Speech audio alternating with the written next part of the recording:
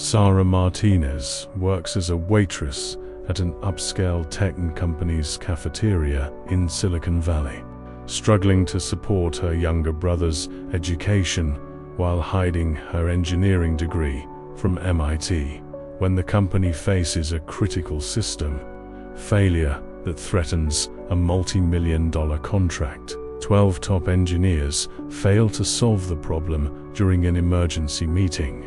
Sarah overhears the technical discussion and, despite her fear of exposure and potential mockery, decides to speak up with a solution that could save the company.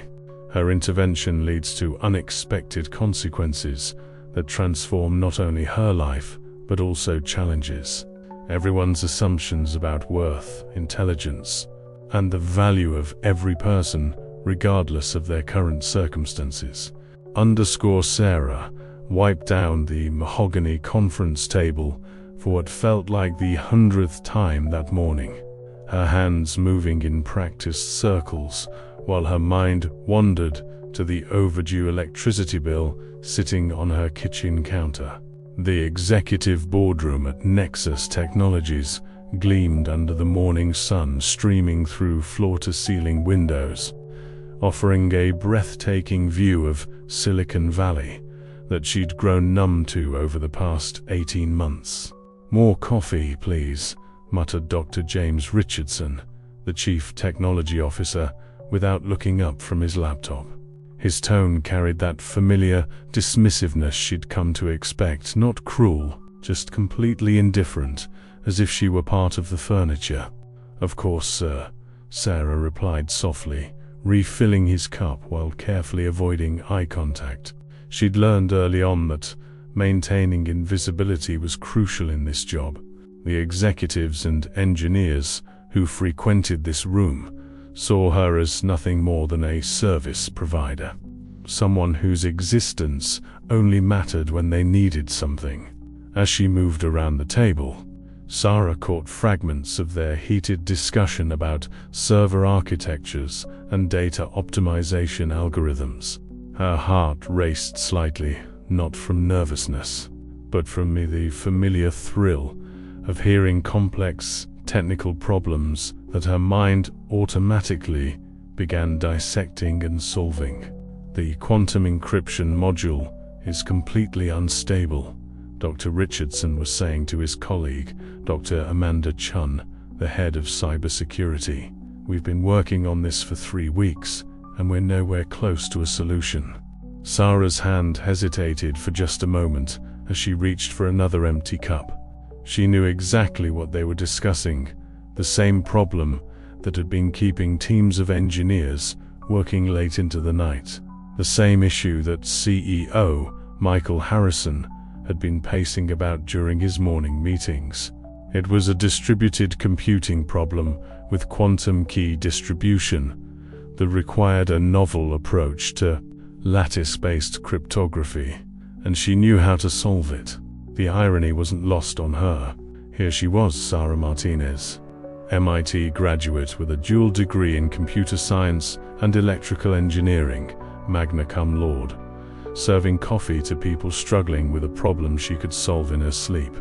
But that diploma was hidden in a box under her bed, along with her dreams and the person she used to be. "Sarah, we need fresh pastries from the kitchen," called out Marcus Webb, one of the junior developers who always spoke to her with barely concealed impatience. "The board meeting starts in 20 minutes. "Right away," she nodded, gathering the empty platters, while her mind continued working on the encryption problem. The solution was elegant, really. They needed to implement a hybrid approach using both classical and quantum-resistant algorithms. But the key was in the timing synchronization between nodes. As she walked toward the kitchen, Sarah's thoughts drifted to the phone call she'd received that morning from her brother Louis at Berkeley. His voice had been strained, trying to hide his worry about next semester's tuition. He didn't know about her financial struggles. How could she tell him that his brilliant sister, his role model, was barely scraping by serving coffee to people who wouldn't give her a second glance. "Hey Sarah," called out Jenny, one of the few kitchen staff who treated her like a human being. "Rough morning in the executive wing." Same as always, Sarah managed a weak smile. "They're stressed about some big technical problem. Well, that's what they get paid the big bucks for, right?" Jenny laughed while arranging Danish pastries on a silver platter. "Not like us regular folks who actually have to work for a living." Sarah nodded absently, but her mind was elsewhere. She was thinking about the research she'd done at MIT on quantum computing applications. The late nights spent in the lab working on problems exactly like the one keeping Nexus Technologies' best minds awake at night. She remembered the excitement in Professor Williams' eyes when she'd presented her thesis on hybrid cryptographic systems. That felt like a lifetime ago. The reality was harsh and unforgiving. After graduation, she'd sent out dozens of applications to tech companies, including Nexus Technologies. But the market had been brutal, and without connections or internship experience from prestigious companies, her MIT degree hadn't opened the doors she'd expected.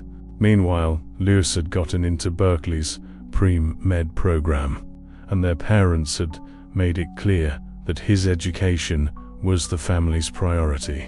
So Sarah had taken the first job she could find, serving food at the very company that had rejected her application.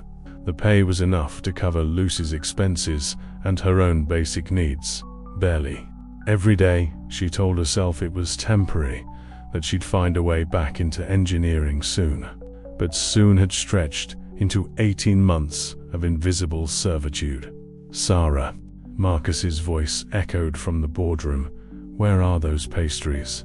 She hurried back with the fresh spread, arriving just as CEO Michael Harrison entered the room with his usual commanding presence. At 45, Harrison had built Nexus Technologies from a garage startup into a multi-billion-dollar corporation, and his reputation for brilliant strategic thinking was matched only by his demanding perfectionism. "Gentlemen, ladies," Harrison's voice cut through the morning chatter like a blade. "We have exactly 8 hours to solve this quantum encryption crisis, or we lose the Pentagon contract. That's not just $50 million walking out the door, it's our credibility." In the defense sector, Sarah positioned herself near the coffee station, trying to remain inconspicuous while the room filled with tension. She watched as Harrison's steely gaze moved from one engineer to another, all of them among the brightest minds in Silicon Valley, all of them looking slightly defeated. "Dr. Richardson," Harrison continued, "please tell me you have good news." The CTO cleared his throat uncomfortably. "We've identified the root cause of the instability in the quantum key distribution, but finding a viable solution has proven challenging. The timing synchronization between quantum nodes creates a cascade failure that we haven't been able to prevent." "What about the hybrid approach?" Chun suggested. Harrison asked. "We tried implementing quantum-resistant algorithms alongside the quantum encryption, but the computational overhead makes it impractical for real-time applications," Dr. Chun replied, frustration evident in her voice. Sarah's hands trembled slightly as she refilled the water glasses. She wanted to speak up, to tell them that they were thinking about the problem in the wrong way, that the solution wasn't just about hybrid algorithms, but about dynamic load balancing and predictive synchronization protocols. But who was she to interrupt a room full of PhD holders and industry leaders? She was just the waitress. "We've consulted with quantum computing experts from Stanford and Caltech," added Dr. Richardson. "Even brought in external consultants from IBM's quantum division. Everyone agrees it's a complex problem that might not have a practical solution within our timeline." Harrison's jaw tightened. Might not have a solution. That's not acceptable. We have some of the brightest minds in the industry in this room, and you're telling me we're going to let a synchronization problem kill our biggest contract? The silence that followed was deafening. Sarah could feel the weight of disappointment and pressure pressing down on everyone in the room. These brilliant people, with their advanced degrees and years of experience, were genuinely stuck, and she knew the answer. As she moved around the table, clearing away empty cups and plates, Sarah's internal struggle intensified. Part of her screamed to stay quiet, to remain invisible, to protect the fragile stability she'd built. But another part, the part that had dreamed of changing the world through technology, couldn't bear to watch this opportunity slip away. Harrison stood up and began pacing, his frustration palpable. I need solutions, not excuses. We have 8 hours to figure this out, or I'll have to make some very difficult decisions about this project and the people working on it. The threat hung in the air like smoke. Sarah realized that jobs were on the line, that good people might lose their livelihoods because of a problem she could solve. Her heart pounded as she made a decision that would change everything. Sarah's hands trembled as she set down the coffee pot, her heart hammering against her ribs like a caged bird desperate for freedom. The boardroom had fallen into an uncomfortable silence, with 12 of the most brilliant engineers in Silicon Valley staring at their laptops. Defeated by a problem that seemed insurmountable, she took a deep breath, feeling the weight of 18 months of invisibility pressing down on her shoulder. Every instinct told her to stay quiet, to remain the anonymous waitress who served coffee and cleaned tables. But watching these brilliant people struggle with a solution that was so clear in her mind felt like watching someone drown while holding a life preserver. "Excuse me," Sarah said softly, her voice barely above a whisper. Nobody looked up. Dr.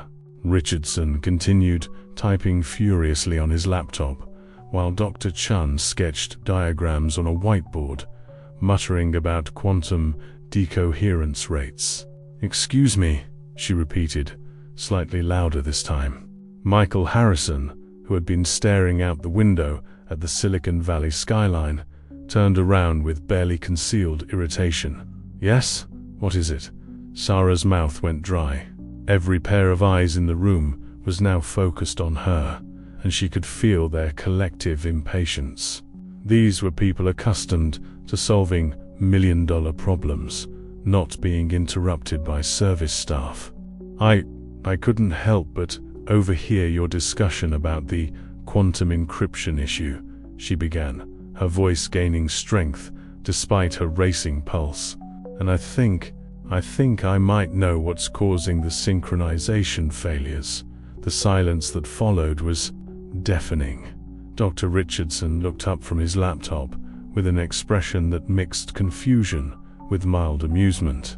Marcus Webb actually smirked, shaking his head as if he'd just witnessed something absurd. "I'm sorry, Doctor," Chun said, her voice carrying that particular tone people use when addressing children or pets. "But this is a highly technical discussion about quantum cryptography.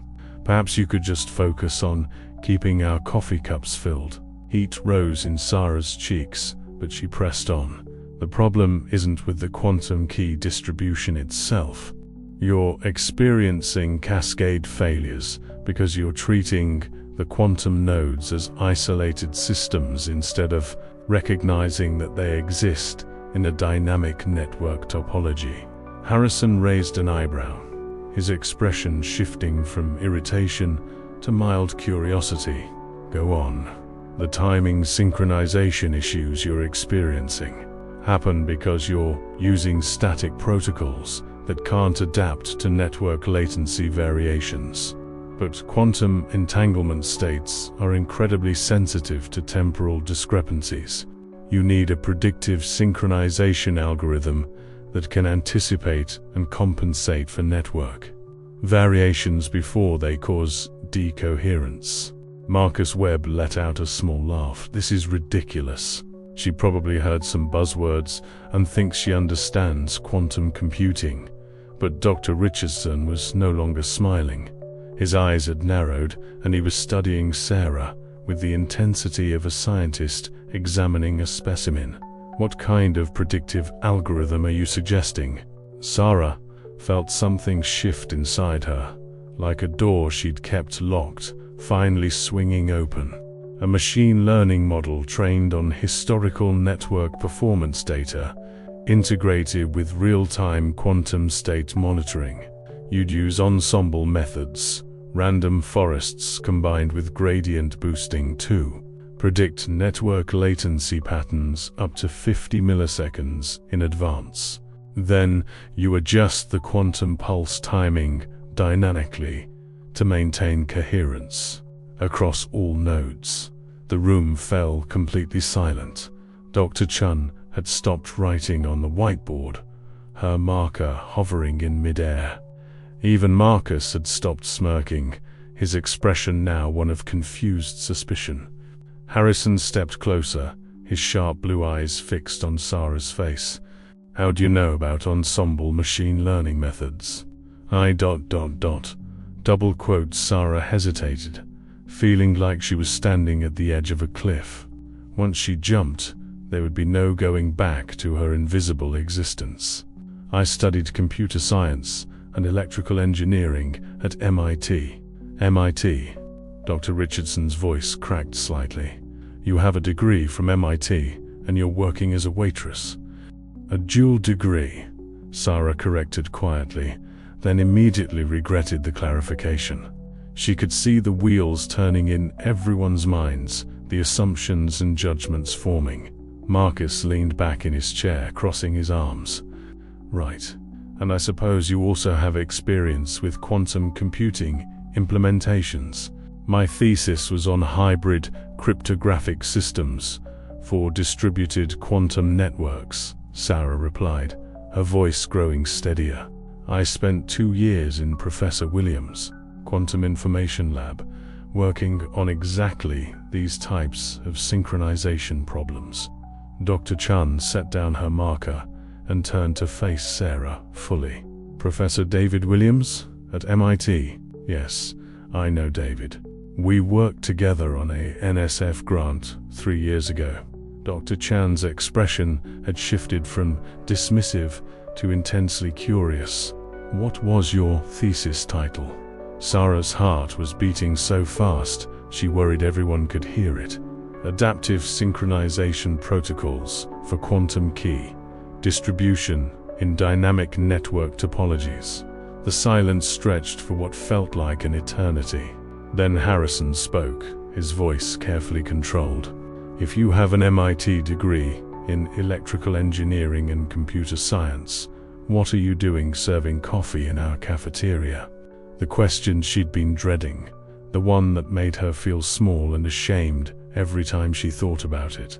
Sarah looked down at her hands, still stained with coffee grounds and pastry crumbs.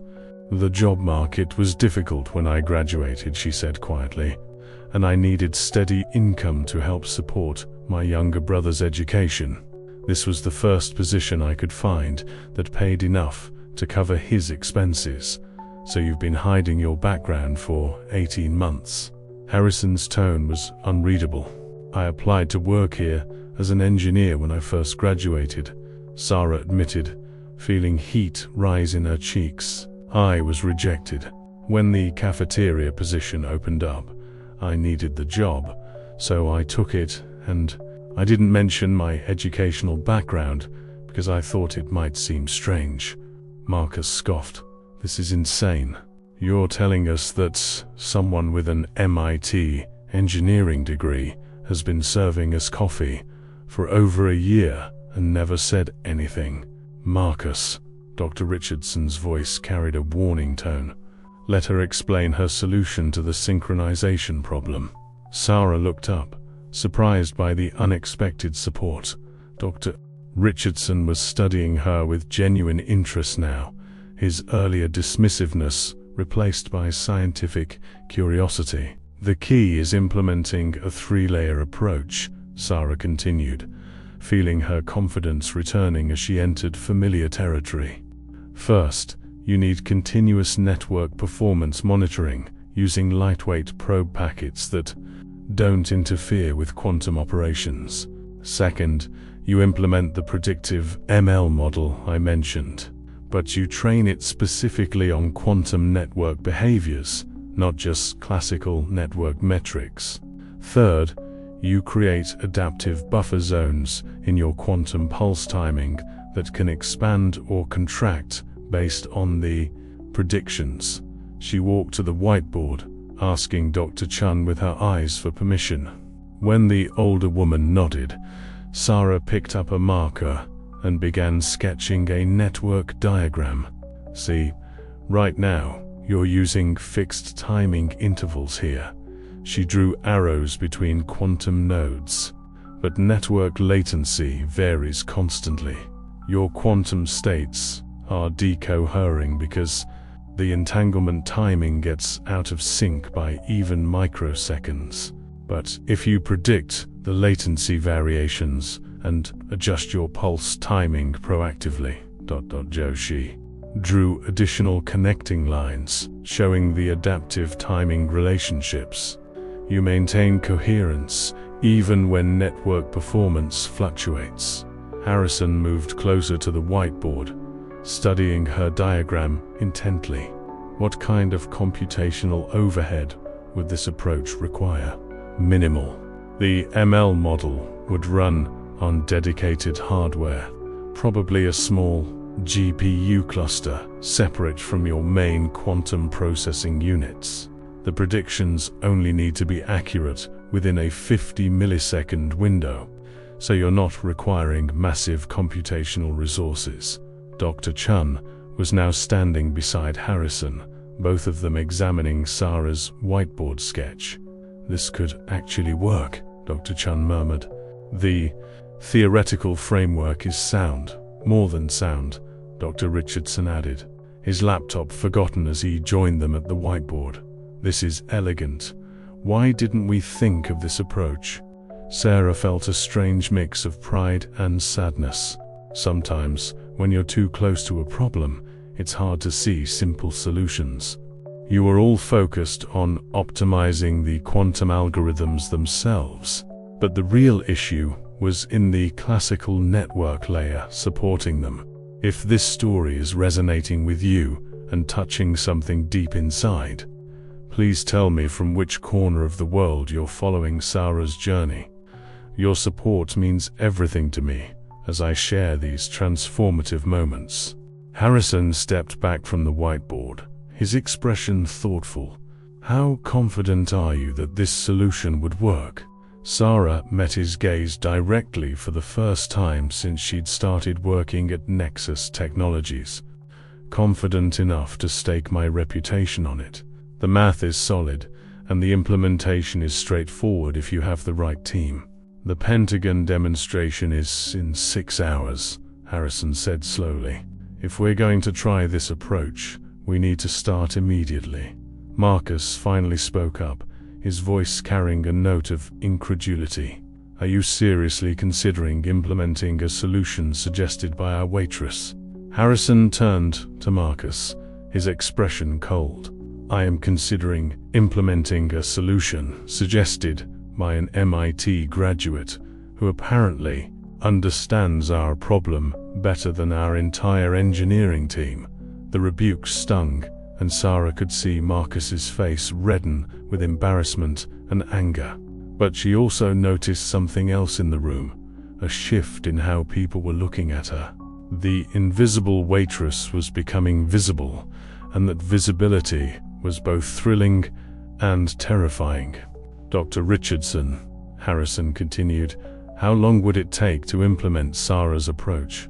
If her theoretical framework is correct, and if we can get the machine learning model trained quickly, maybe 4 hours for a basic implementation, 5 to be safe. That gives us an hour buffer before the demonstration. Harrison turned back to Sarah, his expression intense. "Are you willing to work with our team to implement this solution?" Sarah's heart stopped. This was the moment she'd dreamed of for 18 months, the chance to use her skills, to be the engineer she'd trained to become. But it was also terrifying. What if she was wrong? What if her solution failed in front of the Pentagon officials? "Yes," she heard herself say. "Yes, I'm willing." The transformation happened so quickly, it felt surreal. One moment Sarah was the invisible waitress, clearing coffee cups, and the next, she found herself seated at the mahogany conference table with a laptop open in front of her, surrounded by some of the most brilliant minds in Silicon Valley, who were now hanging on her every word. "Okay," Dr. Richardson said, pulling up the quantum network architecture on the main display screen. "Show us exactly how you want to implement this predictive synchronization." Sarah's fingers moved across the keyboard with practiced precision, her muscle memory from countless late nights at MIT flooding back. The code flowed from her mind to the screen as if no time had passed at all, each function and algorithm crystal clear in her vision. "First, we need to establish baseline network performance metrics," she explained while typing. "I'm creating a monitoring daemon that will collect latency data from all quantum nodes every 10 milliseconds without interfering with the quantum operations themselves." Dr. Chern leaned forward, studying the code over Sarah's shoulder. "You're using lightweight UDP probes with minimal payload. Smart. That won't create additional network congestion." "Exactly. The key is to gather data without becoming part of the problem," Sarah replied, feeling a familiar thrill as she solved complex problems in real time. "Now, for the machine learning component, ... She opened a new file and began implementing the predictive algorithm. Her fingers flew across the keyboard, years of training and natural talent combining in a symphony of code that felt like coming home after a long journey. Marcus sat across from her, his arms crossed and his expression skeptical. "This is moving awfully fast. Are you sure you're not just throwing together something that looks impressive but won't actually work?" Sarah paused her typing and looked at him directly. "The mathematical foundation for this approach is based on adaptive control theory, combined with quantum information principles. I published a paper on similar concepts in the MIT Journal of Quantum Computing during my senior year."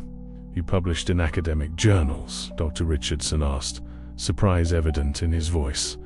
"2 papers, actually. Both on quantum network optimization." Sarah turned back to her screen, feeling increasingly comfortable in this environment that had once been her natural habitat. "The second one was co-authored with Professor Williams and was cited in several Defense Department research proposals." Harrison, who had been quietly observing from across the room while fielding urgent calls from Pentagon officials, approached the table. "How's the progress?" "Better than expected," Dr. Chun admitted, studying Sarah's code implementation. "Her approach is methodical and theoretically sound. The predictive model she's building uses ensemble methods that should provide robust performance, even under varying network conditions." Sarah saved her work and pulled up a simulation environment. "I can run a preliminary test using historical network data from your quantum lab. It won't be perfect, since we're not dealing with live quantum states, but it should give us confidence in the basic approach." "Do it," Harrison said immediately. Sarah launched the simulation, her heart racing as lines of data began streaming across multiple monitor windows. The quantum network simulation showed the familiar pattern of cascade failures. They'd been experiencing timing synchronization errors that caused quantum decoherence and system instability. "There," she pointed to the display. "See how the failures propagate. Node A experiences a latency spike. which throws off the quantum pulse timing for node B, which then causes node C to lose coherence, and so on. Everyone watched intently as the simulation continued, showing the cascade failures spreading across the entire network like dominoes falling in sequence. "Now I'll enable the predictive synchronization protocol," Sarah said, her voice steady despite the pressure she felt. This was the moment of truth. Either her solution would work, or she'd just embarrassed herself in front of some of the most respected engineers in the industry. She activated her algorithm, and immediately the behavior on the screen changed. The predictive system began anticipating network latency variations and adjusting quantum pulse timing proactively. When the same latency spike occurred at node AA, the system had already compensated, maintaining synchronization across all nodes. The room fell silent as everyone stared at the display. Where, before, there had been cascade failures and system instability, now there was smooth, consistent operation. "Holy shit," Marcus whispered, then immediately looked embarrassed by his language. "The simulation shows a 96% reduction in synchronization failures," Dr. Chun announced, her voice filled with amazement. "Sarah, this is incredible work." Sarah felt a surge of pride mixed with relief. "The real test will be implementing it on your actual quantum hardware, but the mathematical principles should hold." Dr. Richardson was already standing, his laptop under his arm. "We need to get down to the quantum lab immediately. If we're going to have this ready for the Pentagon demonstration, we need to start the implementation now." "Wait," Harrison said, raising a hand. "Before we proceed, I need to understand something." He looked directly at Sarah, his expression serious. "You've been working in our cafeteria for 18 months. You've overheard countless technical discussions, seen our struggles with various problems. Why speak up now? Why didn't you offer solutions before?" The question hit Sarah like a physical blow. She looked around the room at the faces, watching her expectantly, then down at her hands, still stained with coffee grounds from the morning service. "Because I was invisible," she said quietly. "I needed this job to support my brother's education, and I was afraid that if I revealed my background, it would complicate things. I thought maybe people would see it as deceptive, or they'd expect things from me that I couldn't deliver while working in the cafeteria." She looked up at Harrison, meeting his gaze directly. "And honestly, I'd applied to work here as an engineer and been rejected. Being here every day, seeing the work I'd dreamed of doing happening around me while I served coffee, ... It was difficult. Speaking up felt like risking the little stability I'd managed to build. But you spoke up today," Dr. Chun observed gently, "because I realized that staying invisible wasn't just hurting me, it was potentially hurting others too. Good people might lose their jobs because I was too scared to share knowledge that could help. That wasn't fair to anyone." Harrison nodded slowly. "I appreciate your honesty, and I want you to know that I'm going to be investigating why our hiring process missed someone with your qualifications. That's unacceptable." "Sir," Marcus interjected, though his tone was more respectful now, "shouldn't we focus on getting this solution implemented? We have less than 4 hours." "You're right," Harrison agreed. "Sarah, are you prepared to work with our team to implement this solution on live hardware?" Sarah felt a flutter of nerves. Simulation was one thing, but working with actual quantum computing equipment worth millions of dollars was entirely different. One mistake could damage expensive hardware, or worse, cause the Pentagon demonstration to fail spectacularly. But then she remembered why she'd gotten into engineering in the first place, not for the prestige or the money, but for the pure joy of solving complex problems and building systems that could change the world. "Yes," she said firmly. "I'm ready." The quantum lab was located 3 floors below the executive conference room, accessible only through multiple security checkpoints and biometric scanners. As they descended in the elevator, Sarah felt like she was traveling to another world, from the corporate luxury of the executive floor to the high-tech wonderland of cutting-edge research. The quantum processors are maintained at near absolute zero, Dr. Richardson explained as they walked through a series of airlocks. The entire system is isolated from electromagnetic interference and vibration. It's one of the most sophisticated quantum computing installations outside of government facilities. Sarah had seen quantum labs before at MIT, but the scale of Nexus Technologies' setup was breathtaking. Arrays of quantum processors hummed quietly in specially designed chambers, their cooling systems creating an almost musical background hum. Dozens of monitoring screens showed real-time quantum state information, and the air itself seemed to vibrate with the energy of cutting-edge science. "This is incredible," she breathed, her engineering mind immediately cataloging the equipment and understanding the elegant complexity of the setup. "Dr. Martinez," Harrison said formally, "I'd like you to meet Dr. Alex Petrov, our lead quantum hardware engineer. Alex, Dr. Martinez will be working with your team to implement a new synchronization protocol." Dr. Petrov, a tall man with graying hair and intense eyes, shook Sarah's hand with obvious curiosity. "Dr. Richardson filled me in on your proposed solution. I have to admit, I'm both impressed and skeptical.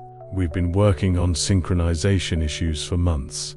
Sometimes fresh eyes can see solutions that experience might overlook."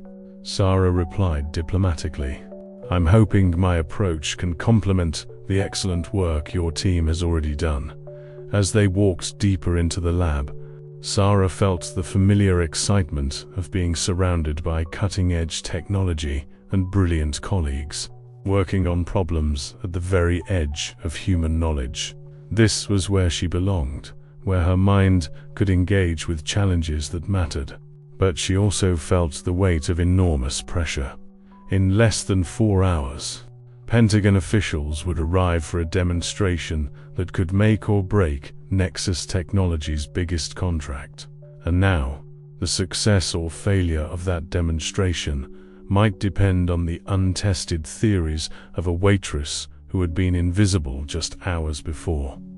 "All right, Doctor," Petrov said, leading them to a control station surrounded by multiple monitors. "Show me exactly what you want to do to my quantum network."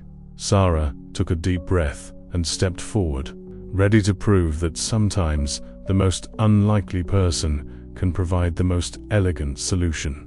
If you're enjoying this transformation, and Sarah's journey speaks to something in your own life, I'd love to know which part of the world you're in as you follow her story. Your connection to these moments helps me tell better stories. The quantum lab hummed with intense activity as Sarah found herself at the center of a technological storm. Dr. Petrov's team of hardware engineers worked alongside Dr. Richardson's software specialists, all focused on implementing her solution with the precision of a surgical operation. The clock on the wall showed 2:47 p.m., less than 3 hours until the Pentagon demonstration. Sarah's hands moved across multiple keyboards simultaneously, her years of MIT training taking over as she translated theoretical concepts into practical code. The quantum network monitoring system was already collecting data, painting a real-time picture of the network's behavior that was both beautiful and complex.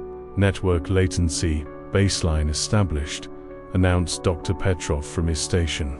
"Average inter-node communication time is holding steady at 12 milliseconds, but we're seeing periodic spikes up to 35 milliseconds. That's exactly what's causing your cascade failures." Sarah explained while fine-tuning the machine learning model parameters. The quantum entanglement timing is so precise that even a 20-millisecond delay can cause decoherence across the entire network. Dr. Chun appeared at Sarah's shoulder, studying the streaming data with fascination.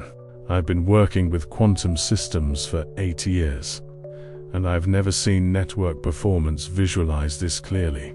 Your monitoring approach is giving us insights we've never had before."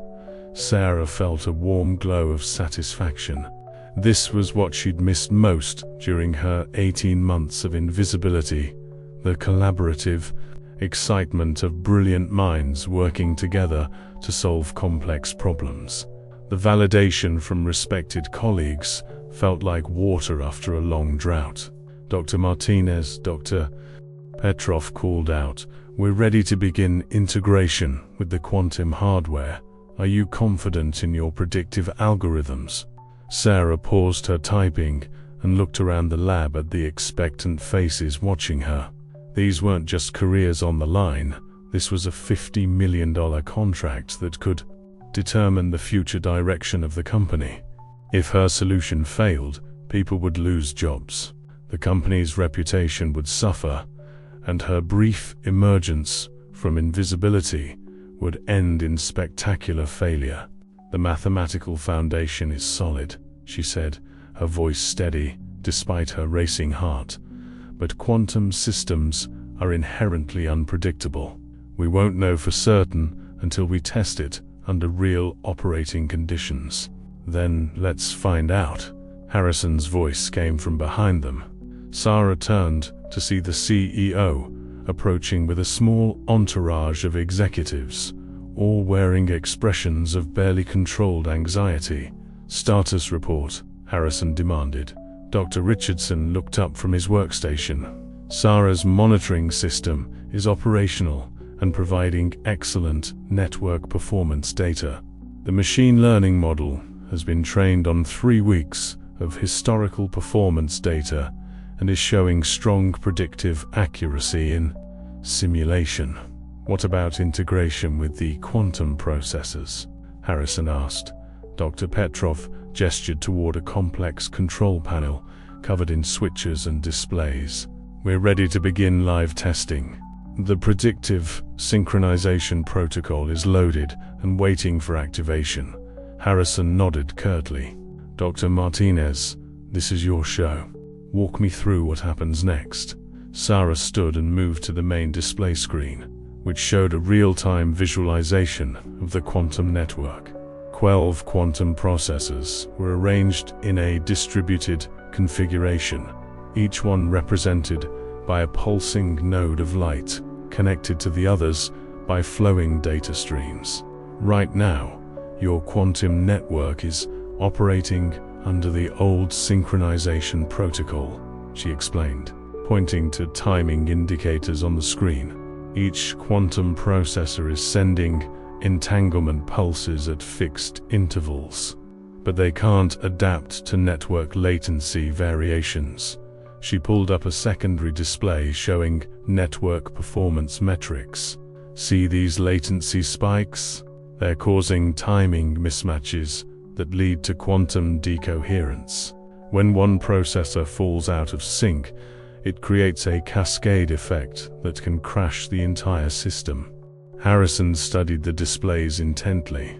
"And your solution prevents this how?"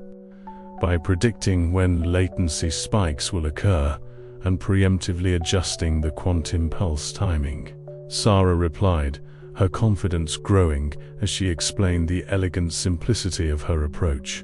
"The machine learning model analyzes network patterns and can predict latency variations up to 50 milliseconds in advance. When it detects an incoming spike, it automatically adjusts the timing protocols to maintain synchronization." She turned to Dr. Petrov. "Are you ready to activate the predictive system?" Dr. Petrov's hand hovered over a large red switch. "Once I flip this, we are committed. The system will begin using your algorithms to control quantum pulse timing across all processors. If something goes wrong, double quotes, the quantum processors won't be damaged, Sarah assured him. The worst-case scenario is system instability, which we can recover from by reverting to the old protocols. Do it, Harrison ordered. Dr. Petrov flipped the switch, and immediately the displays began showing different patterns. Sarah watched with fascination as her algorithms took control of the quantum network, adjusting timing protocols in real time based on predicted network behavior. For the first few minutes, everything appeared normal. The quantum processors maintained their steady rhythm, and the network performance indicators showed typical fluctuation patterns. Then the first test came. Latency spike incoming, Dr. Chun announced, watching the network monitoring displays. 32 millisecond delay detected between nodes 4 and 7. Sarah held her breath as she watched her predictive system respond.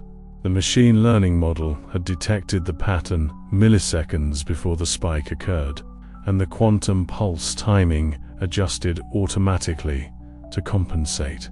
The quantum network maintained perfect synchronization. Holy shit, Marcus whispered, then immediately apologized for his language again. It worked, Dr. Richardson said, amazement in his voice. The predictive compensation completely prevented the cascade failure. But Sarah wasn't ready to celebrate yet. One success doesn't prove reliability. We need to see how the system performs under sustained stress. Dr. Petrov grinned and turned to his control panel. I can simulate network stress conditions. Let's see how robust your solution really is. He began introducing artificial latency variations and network congestion, creating the kind of challenging conditions that had been causing system failures for weeks. Irvis watched nervously as her algorithms responded to each new challenge, constantly adapting and adjusting to maintain quantum synchronization. The system held steady. This is remarkable, Doctor, Chun said, studying the performance data streaming across multiple monitors. We're maintaining coherence under network conditions that would have crashed the old system within minutes. Harrison stepped closer to the displays, his expression shifting from skepticism to amazement. How much improvement are we seeing? Dr. Richardson pulled up comparative performance charts. Synchronization failures are down 94%. Network resilience has improved by more than an order of magnitude. Sarah, this is extraordinary work. Sarah felt a surge of pride mixed with relief. The solution wasn't just working, it was exceeding even her optimistic projections. There's something else, she said, pointing to an unexpected pattern in the data. The predictive system isn't just preventing failures, it's actually optimizing quantum coherence times. By maintaining perfect synchronization, we're extending entanglement duration beyond your original specifications.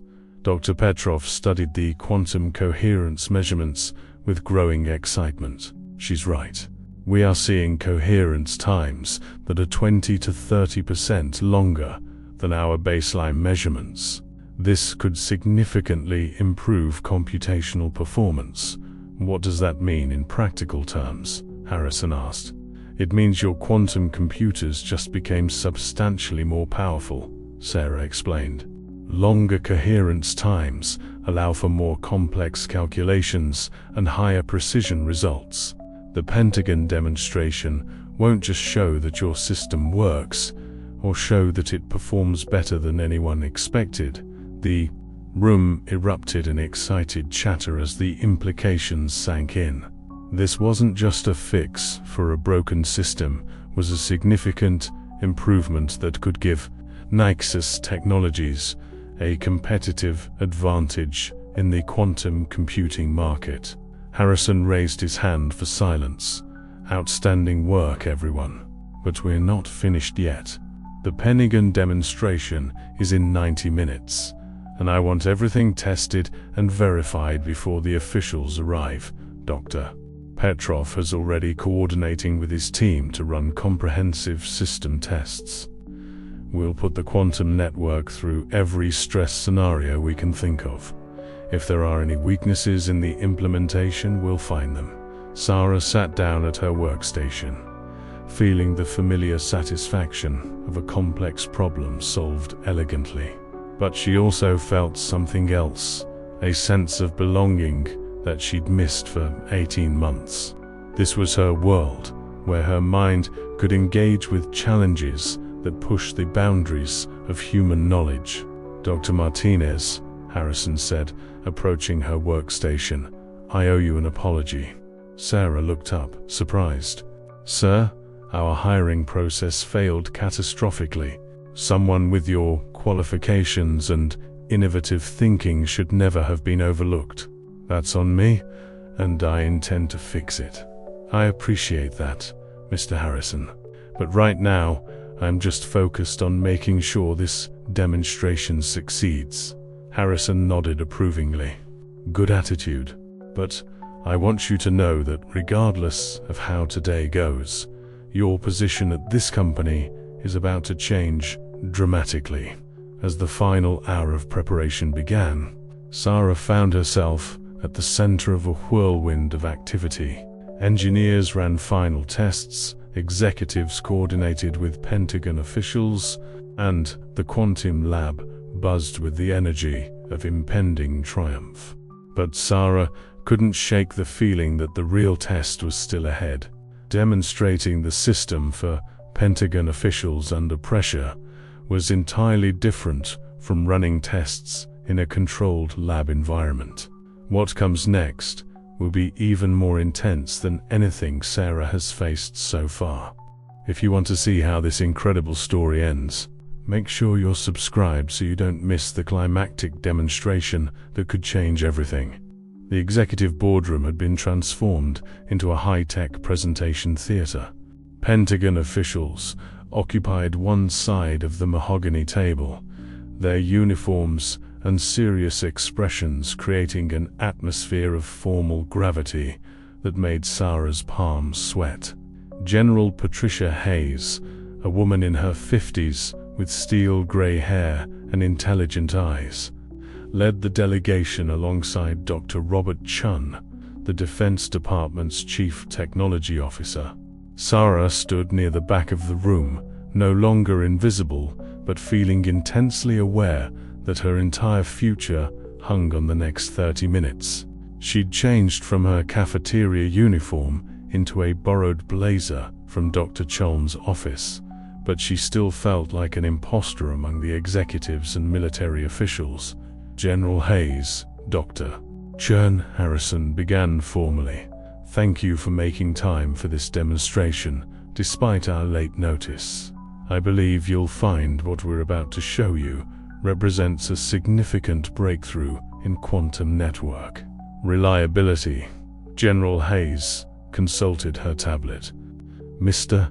Harrison, our last evaluation showed persistent synchronization failures that made your system unsuitable for defense applications. You're claiming these issues have been resolved?" "Not just resolved," Harrison replied confidently. "Dramatically improved beyond our original specifications. Dr. Richardson, please proceed with the technical overview." Dr. Richardson moved to the main display screen, which showed the real-time quantum network visualization. Sarah watched nervously as 12 quantum processors pulsed in perfect synchronization, her algorithms working invisibly to maintain harmony among the complex systems. Our quantum encryption network consists of 12 distributed processors capable of handling classified communications for multiple theater operations simultaneously, Dr. Richardson explained. "The challenge has been maintaining quantum coherence across geographically dispersed nodes under varying network conditions." Dr. Chun leaned forward, studying the display. Your previous demonstration showed cascade failures when network latency exceeded 25 milliseconds. What's changed? Sarah felt her heart rate spike. This was the moment when her solution would either prove its worth or fail spectacularly in front of the people who could transform her life. We've implemented an innovative predictive synchronization protocol, Dr. Richardson continued, that anticipates network latency variations and adjusts quantum timing proactively. The system can now maintain coherence under network conditions that would have crashed our previous implementation. General Hayes looked skeptical. Predictive protocols sound theoretical. Can you demonstrate actual performance under stress conditions? Absolutely, Harrison said, nodding toward Dr. Petrov, who was monitoring the quantum systems from a control station at the side of the room. Latency spikes, packet loss, and bandwidth fluctuations that would have destroyed synchronization under the old protocols. Her machine learning algorithms responded in real time, adjusting quantum pulse timing with millisecond precision. The quantum network held steady. Impressive, Dr. Chern admitted, studying performance metrics on his tablet. But real-world conditions are often more chaotic than simulations can represent, which is why, Harrison said with a slight smile, we've arranged for a live stress test using actual Defense Department network infrastructure. Sarah's breath caught. This wasn't part of the original plan. Harrison was improvising, raising the stakes beyond anything they'd discussed. General Hayes raised an eyebrow. You want to connect your experimental system to our classified networks through secure, isolated channels that we've pre-approved with your cybersecurity team, Dr. Richardson clarified quickly. We'll route quantum communications through actual military network infrastructure to demonstrate real-world performance. Sarah felt panic rising in her chest. They'd tested her solution extensively in laboratory conditions, but exposing it to the unpredictable chaos of actual military networks was an enormous risk. If her algorithms failed under real-world stress, it wouldn't just end the Pentagon contract, it could destroy Nexus Technologies' reputation permanently. Dr. Martinez, Harrison said suddenly, surprising everyone in the room. Would you explain your predictive algorithm approach to our guests? Every eye in the room turned towards Sarah. She felt the familiar flutter of nerves, but also something new, a growing confidence born from watching her solutions succeed under increasingly difficult conditions. The key insight, she began, walking toward the display screen, was recognizing that quantum synchronization failures weren't actually quantum problems. They were classical network problems affecting quantum systems. She gestured toward the network visualization. Traditional approaches focused on optimizing quantum algorithms, but the real issue was temporal uncertainty in the classical network layer. My solution uses machine learning to predict network behavior patterns and adjust quantum timing proactively. Dr. Chen studied her with sharp intelligence. What's your background, Dr. Martinez? MIT. Dual degree in computer science and electrical engineering. My thesis focused on adaptive synchronization protocols for quantum networks. And how long have you been working on this problem at Nexus Technologies? Sarah felt heat rise in her cheeks. Actually, I just started working on the engineering team today. Until this morning, I was in a different department. She caught Harrison's eye, and he gave her an almost imperceptible nod of encouragement. General Hayes leaned back in her chair. You solved a problem in one day that your engineering team has been struggling with for months. Sometimes fresh perspective can reveal solutions that experience might overlook, Sarah replied diplomatically. The theoretical foundation for this approach has been years in development. Interesting, General Hayes mused. Well, Dr. Martinez, let's see if your fresh perspective can handle real-world conditions. Proceed with the live network test. Dr. Petrov's hands moved across his control panel, establishing secure connections to Defense Department network infrastructure. Sarah watched her monitoring systems adapt to the new environment, analyzing traffic patterns and latency characteristics that were far more complex than anything they'd simulated. Connection established, Dr. Petrov announced. Quantum communications are now routing through active military network infrastructure, spanning 3 time zones. The displays immediately showed the chaotic reality of operational networks. Latency variations spiked unpredictably, bandwidth fluctuated as other systems competed for resources, and packet routing changed dynamically as network management systems responded to real-time conditions. Sarah held her breath as her algorithms encountered the digital equivalent of a perfect storm. For a terrifying moment, the quantum synchronization wavered. Network delays exceeded anything they'd tested, and Sarah watched her predictive models struggle to adapt to patterns they'd never encountered. Then, something beautiful happened. Her machine learning algorithms began to adapt, learning the unique characteristics of military network infrastructure in real time. The system found stability in the chaos, identifying hidden patterns and adjusting quantum timing with increasing precision. Synchronization restored and stabilizing, Dr. Richardson announced with amazement in his voice. Sarah watched the displays with growing confidence as her solution not only survived the real-world test, but began to optimize performance beyond their laboratory results. This is remarkable, Dr. Chun said, studying performance metrics that showed steadily improving coherence times. Your system is actually learning and adapting to network conditions we've never seen before.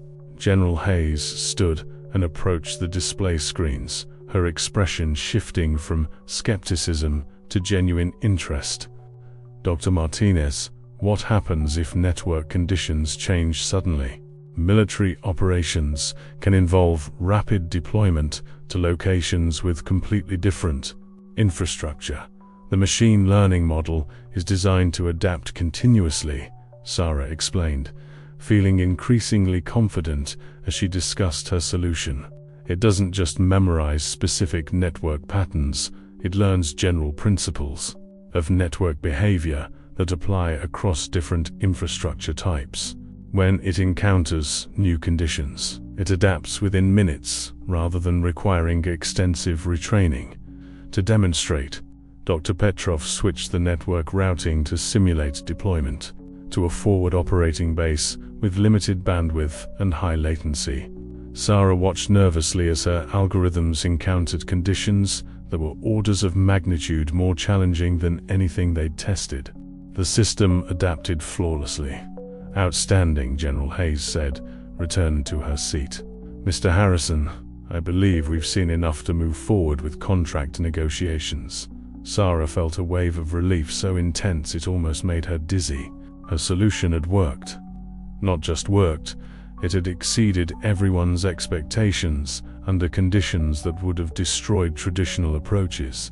However, General Hayes continued, we have one additional requirement. Sarah's relief evaporated instantly. We want Dr. Martinez to lead the implementation team for the Defense Department deployment. The room fell silent. Sarah felt as though the floor had disappeared beneath her feet. Leading a Pentagon implementation project was the kind of opportunity that could define an entire career, and they were offering it to someone who had been serving coffee that morning. Harrison stepped forward. General Hayes, Dr. Martinez is obviously a valuable team member, but she's new to our engineering department.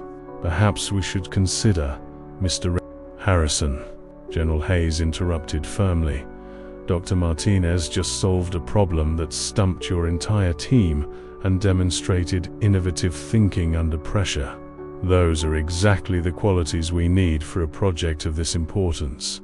She turned to Sarah directly. Dr. Martinez, are you prepared to take on the responsibility of implementing quantum encryption systems for Defense Department operations? Sarah looked around the room at the faces watching her expectantly. 18 months ago, she'd been rejected for an entry-level engineering position.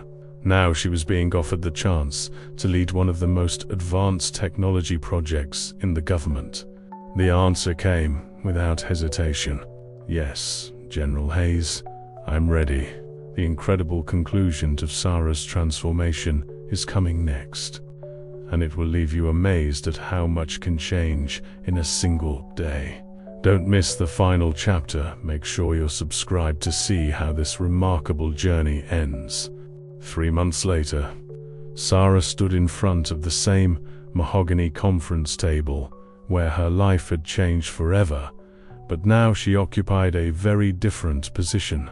As the newly appointed Director of Quantum Systems at Nexus Technologies, she was leading the weekly engineering review meeting, presenting updates on the Pentagon implementation to Harrison and the executive team. The Defense Department deployment is ahead of schedule and under budget, she reported, clicking through slides that showed quantum network performance across 12 military installations. We've achieved 98% uptime across all sites, with average coherence times exceeding specifications by 35%. Harrison nodded approvingly from his seat at the head of the table. Outstanding work, Sarah. What's the feedback from the Pentagon? General Hayes reported that our quantum encryption system performed flawlessly during last week's classified communications exercise. She specifically mentioned that the adaptive synchronization protocols prevented any security vulnerabilities, even under simulated cyber attack conditions. Dr. Richardson, who now reported to Sarah in the reorganized engineering hierarchy, smiled proudly. It's remarkable how the system continues to learn and improve. The machine learning algorithms are identifying optimization opportunities we never anticipated. Sarah felt a familiar surge of satisfaction. The success of the Pentagon project had exceeded everyone's expectations, but more importantly, it had validated her belief that innovative thinking could overcome seemingly impossible challenges. There's something else, Harrison said, his expression becoming more serious. The success of our quantum encryption system has attracted attention from several major corporations and government agencies. We're being asked to bid on projects that could transform Nexus Technologies into the leading quantum systems company in the world. He gestured toward a stack of documents on the table. IBM wants us to collaborate on their next-generation quantum computing platform. Google is interested in licensing our synchronization technology, and the European Union has invited us to participate in their Quantum Internet initiative. Sarah stared at the opportunities spread before them, each one representing the kind of career-defining project that most engineers could only dream about. 6 months ago, she'd been invisible, struggling to pay her brother's tuition while serving coffee to people who didn't even see her as human. The question, Harrison continued, is which opportunities we should pursue. Sarah, as our lead quantum systems architect, these decisions will largely be yours to make. The responsibility was both thrilling and daunting. Sarah had gone from anonymity to leading one of the most successful technology projects in the company's history. But she never forgot the 18 months of invisibility that had preceded her emergence. Before we discuss new projects, she said, I'd like to address something that's been on my mind. She stood and walked to the whiteboard, the same one where she'd first sketched her solution to the synchronization problem. Our success with the Pentagon project taught me something important about overlooked potential. Sarah turned to face the room full of executives and senior engineers. How many other brilliant people might be working in positions that don't reflect their true capabilities? How many innovative solutions are we missing because we're not looking in the right places? Harrison raised an eyebrow. What are you proposing? I want to establish a talent identification program, Sarah explained, her voice gaining strength as she outlined her vision.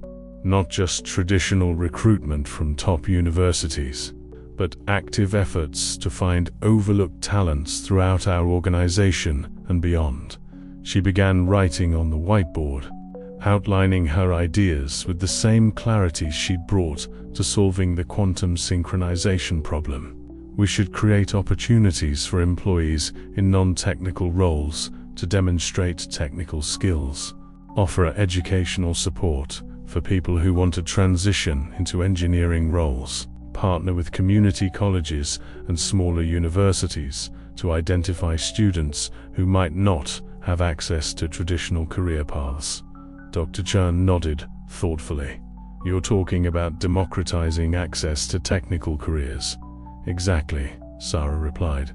Talent exists everywhere, but opportunity doesn't. If we can create systems to identify and develop that talent, we'll have access to perspectives and solutions that our competitors will never find. Marcus, who would become one of Sarah's strongest supporters after his initial skepticism, raised his hand. What would this look like practically? Sarah had been thinking about this for weeks.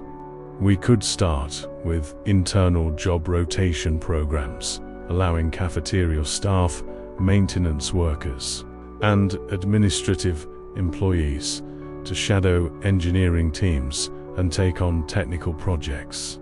We could offer tuition assistance for employees who want to pursue technical education, and we could create mentorship programs that pair experienced engineers with people who are transitioning into technical roles.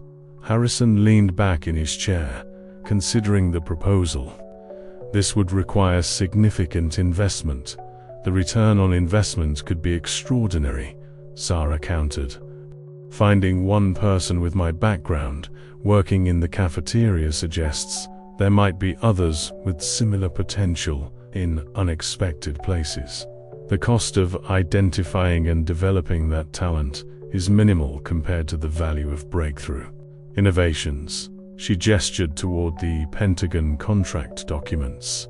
My solution to the quantum synchronization problem has generated $50 million in immediate revenue and positioned us for hundreds of millions in future contracts.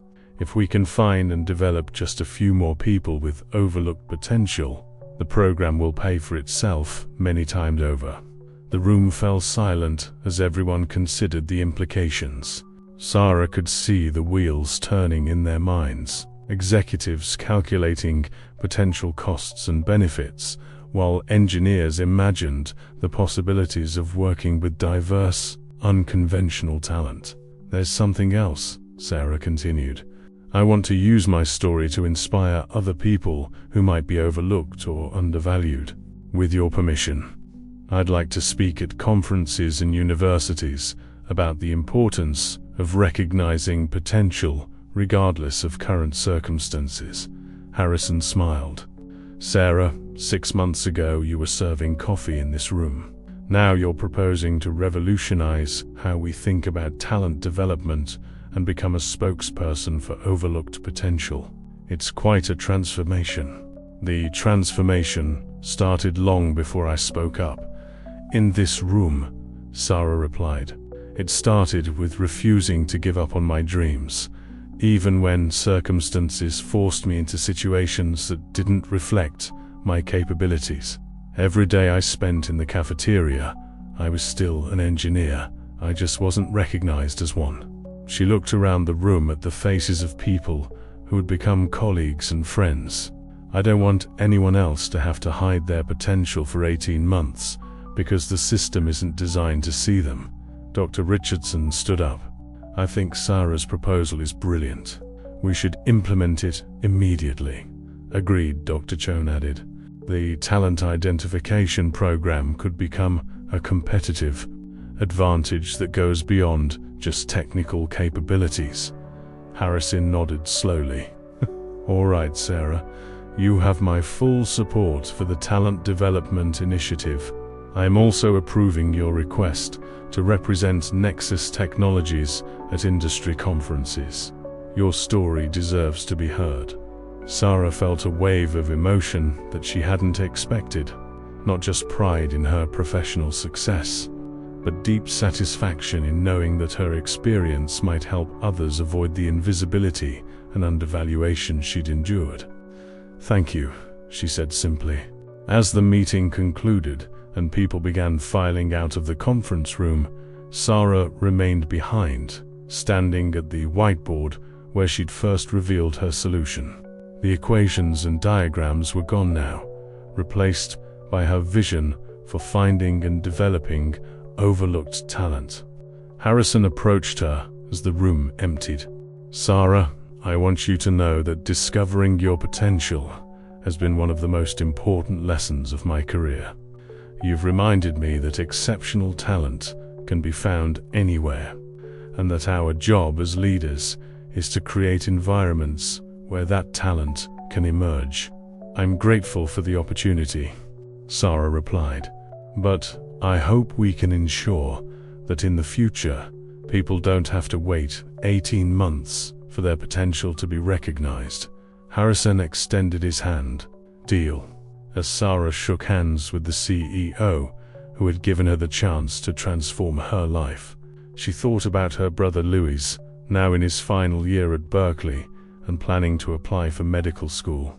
She thought about the overdue bills that were no longer a source of anxiety. She thought about the quantum encryption systems protecting classified communications around the world. But mostly, she thought about the phone call she'd received that morning from a young woman working in the company's mailroom. Someone who had heard about Sarah's story and wanted to know if it was really true that a cafeteria worker had become a director of engineering. Yes, Sarah had told her, it's true. And if you have dreams that seem impossible right now, don't give up on them. Sometimes the most unlikely person can provide the most elegant solution. 6 months ago, Sarah Martinez had been invisible, serving coffee to people who never saw her as more than a service provider. Today, she was leading cutting-edge technology projects and creating programs to ensure that other talented people wouldn't have to remain hidden. The transformation was complete, but the real work was just beginning. If Sarah's incredible journey from invisible waitress to engineering director has inspired you, I'd love to hear from which corner of the world you've been following this story. Share in the comments where you're from.